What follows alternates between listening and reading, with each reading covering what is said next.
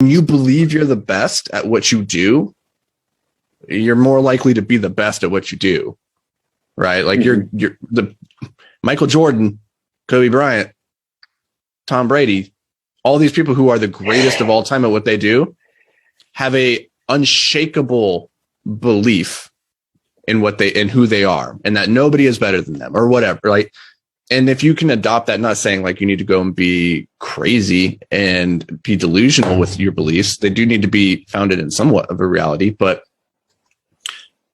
this is what I struggle with, right? Is like the logic and the emotion of, is this too extreme or not extreme enough? Well, here's the deal. And there's no need to talk about numbers, but every one of my close friends that knows what's happened to me in the last 7 months, do you want to know the first response they say to me?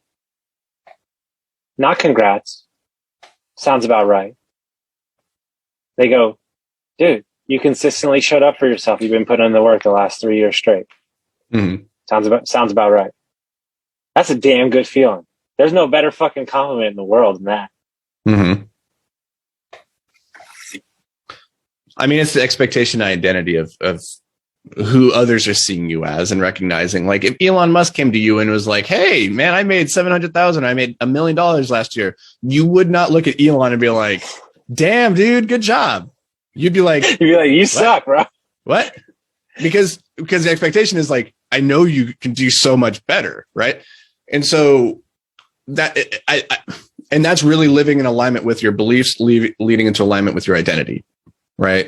And a lot of times we don't see it ourselves, and the identity that others are attributing to us is like maybe further along yet. And we talked about this in a previous Brain Dump episode, where a lot of your coaching clients come in and they're in such a broken state initially that they have to lean on your belief and conviction in them and the future that they could have, that until it becomes a reality that they can believe in themselves. Right.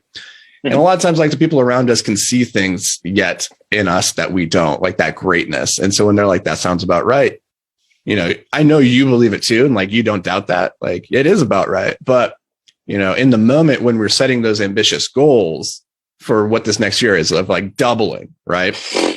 Dude, there's no, like, you asked me fucking 8 months ago, I'd be like, get the fuck out of here. Now I'm like, yeah, sounds about right.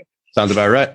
And the thing is, like, what's really interesting is there will always come this point where as you're growing, your belief and expectations of yourself are going to exceed maybe what the people around you believe that you can do. And so you come in and you're like, I just had this killer year. And they're like, that sounds about right. And you're like, now I'm going to 10X it.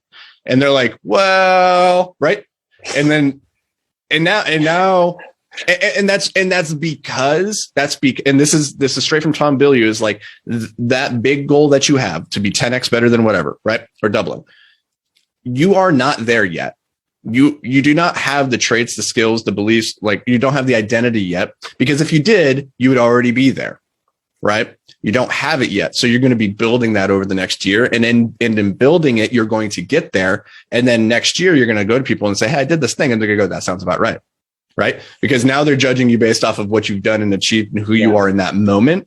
But right now, there's probably a lot of doubt, maybe even internally, of like, yeah, I'm not there yet, because I got to build it. I got to build myself to get to that point, but I'm going to.